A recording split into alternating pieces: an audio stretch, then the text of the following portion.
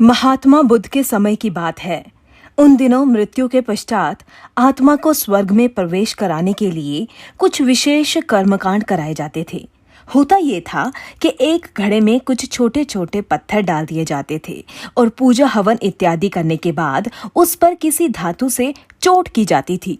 अगर घड़ा फूट जाता और पत्थर निकल जाते तो उसे इस बात का संकेत समझा जाता कि आत्मा अपने पाप से मुक्त हो गई है और उसे स्वर्ग में स्थान मिल गया।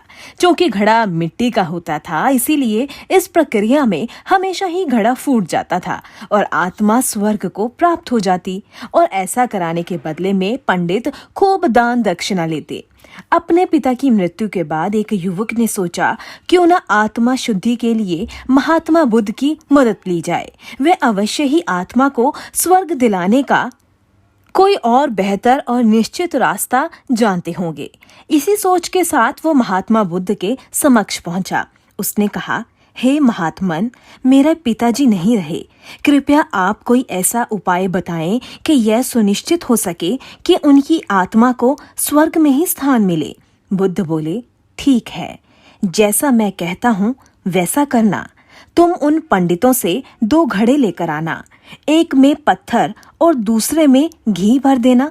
दोनों घड़ों को नदी पर लेकर जाना और उन्हें इतना डुबोना कि बस उनका ऊपरी भाग ही दिखे।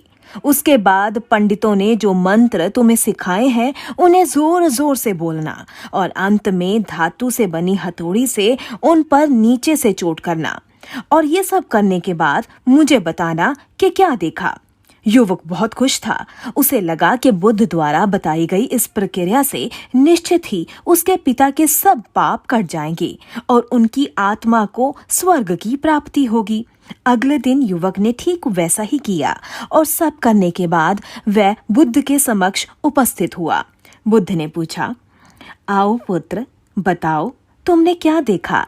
युवक बोला, मैंने आपके कहे अनुसार पत्थर और घी से भरे घड़ों को पानी में डालकर चोट दी। जैसे ही मैंने पत्थर वाले घड़े पर प्रहार किया, घड़ा टूट गया और पत्थर पानी में डूब गए। उसके बाद मैंने घी वाले घड़े पर वार किया, वह घड़ा भी तत्काल फूट गया और घी नदी के बहाव की दिशा में बहने लगा।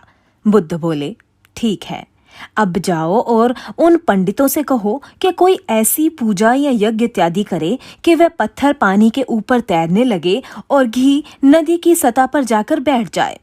युवक हैरान होते हुए बोला, आप कैसी बात करते हैं?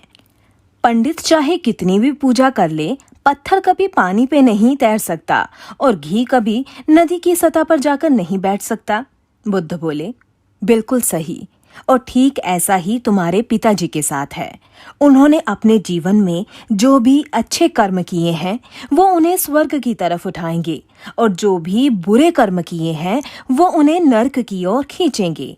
और तुम चाहे जितनी भी पूजा करा लो, कर्मकांड करा लो, तुम उनके कर्मफल को रत्ती भर भी नहीं बदल सकते। युवक बुद्ध की बात समझ चुका था कि मृत्यु के पश्चात स्वर्ग जाने का सिर्फ एक ही मार्ग है और वो है जीवित रहते हुए अच्छे कर्म करना। महात्मा बुद्ध के समय की बात है।